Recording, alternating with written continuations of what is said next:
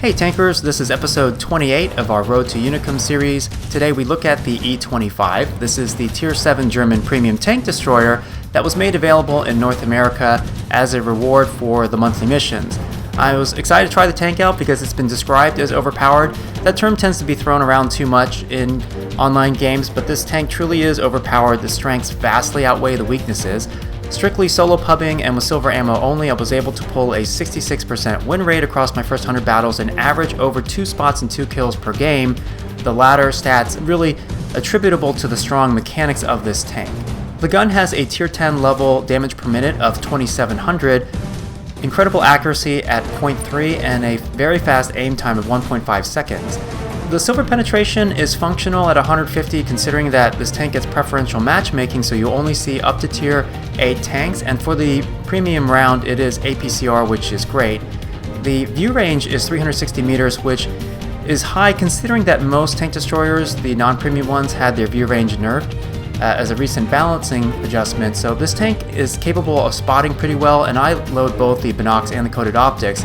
Those things combined with the incredible camo values for the E25 make it a very good camo sniper and a pretty good scout. I play it as a hybrid scout and tank destroyer. It also has a very fast speed, top end speed, good acceleration, and a small profile which allows you to do things like troll taller tanks that have poor gun depression.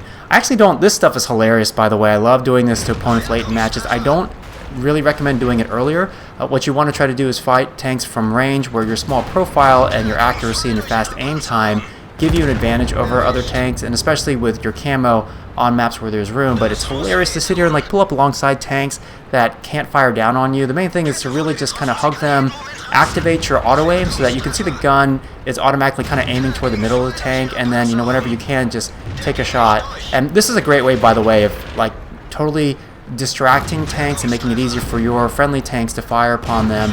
You just don't create too much separation or else you'll get shot.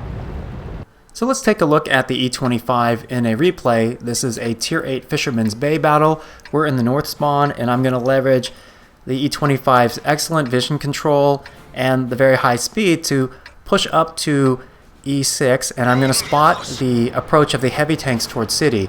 Now in doing this I need to be careful because if they send any medium tanks along the 6 or 7 lanes, as soon as I fire, it's pretty likely that they're going to see me.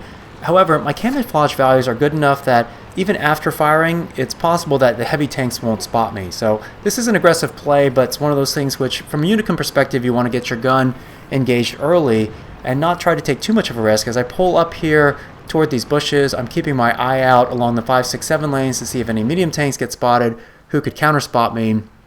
And I'm able to spot a lot of their tanks that are making a very common mistake of taking too direct a route to the city. They're just driving along the road, and as a result they're up on the ridge and their sides are fully exposed, so this gives me a bunch of easy flanking shots.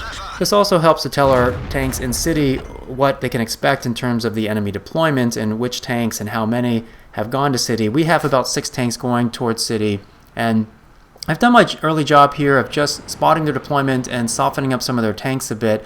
The Japanese heavies are relatively new to the game, and they have trollishly thick frontal hull armor and even rear hull and rear turret armor, but they are weakest on the side, so whenever I get flanking shots on them, you definitely want to take it. Now, looking at the minimap, you should always keep one eye on the minimap. It's a really important thing to have map awareness and react accordingly. We can see that our tanks have pushed pretty far along the 1 and 2 lane, and they've already killed 2 tanks. So what I'm thinking about doing, I want to see if I can get any more damage on these heavy tanks that are heading to city, and then when the time is right, there's a T-34-5 that has been spotted along the 3 lane, and so when the time is right I want to move down and help clear that tank out. You can see a lot of these shells just aren't even going through the side of that Japanese heavy. The armor is very trollish. It's a huge tank with a huge profile, so it's very easy to hit from range, and it's certainly arty bait. And gosh, our guys have gotten all the way down to the H line, so we just got to clear out this T-34-85 and we should be able to break out the western flank entirely. And this is where the high rate of fire, damage per minute, and accuracy really come into play. You can see I've locked my hull whenever I'm shooting and turning my gun, and because I'm not moving my hull, I'm only moving the gun and its causing the gun to still be very accurate. And thanks to the good camo, I don't even get spotted there until probably my second to last shot. The 152, I take a quick peek to see if his gun is aiming in my direction, and it's not. You know, he's got a whole lot of other tanks to be concerned with, so I don't have to worry about, even though I've been spotted, him firing at me. And I'm on the hill in such a way that their tanks in city don't have a shot. I'm protected by that hard cover, and you know, as always, you want to try to maintain distance when you're playing like a light or medium or tank destroyer that's designed to snipe from range. You want to leverage opportunities where you have soft cover and hard cover, such as a ridge. Now, our tanks in city have been doing pretty poorly. You know, 6 of them went to city. It looks like half of them are already dead.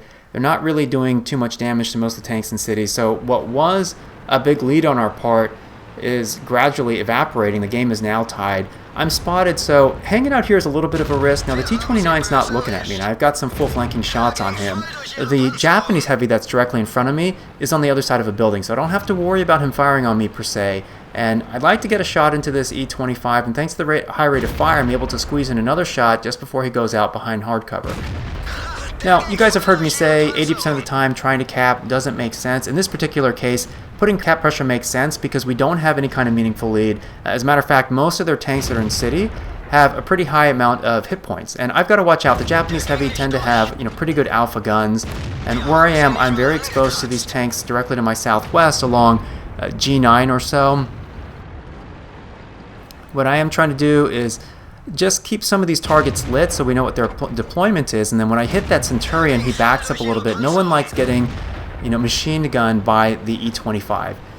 We are losing now. This is kind of a little bit of a hairy situation, and you know, if you were the Tiger P who's sitting in cap, your job is to make absolutely sure you don't get spotted. So, you know, he's probably sitting behind a rock, and he's behind camouflage, your soft cover. You know, a lot of games I've seen lost when people are trying to cap when they're exposing themselves in the cap to kind of peek out or take shots, and it really doesn't make any sense. So our Tiger P is just sitting behind the rock, you know, hugging it hard, and that's the right thing to do. And I'm getting a lot of flanking fire into this T-29. One of the nice things about having such a high rate of fire is you can chain track an opponent, and you can also, you know, have a lot of shots that will cause module damage as well as set tanks on fire.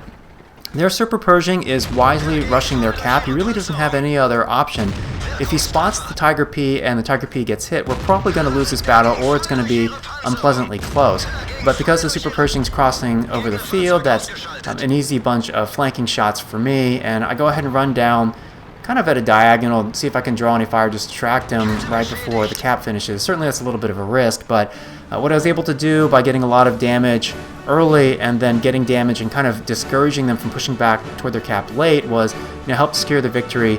4K damage along with 8 spots. Now, obviously this is a best case scenario as far as the battle is concerned, so in the next video we're going to look at the E25 again, but in 2 situations, 2 replays where I need to pull back because a flank was folding and then find an area where I could fight. I hope you enjoyed the video. Take care.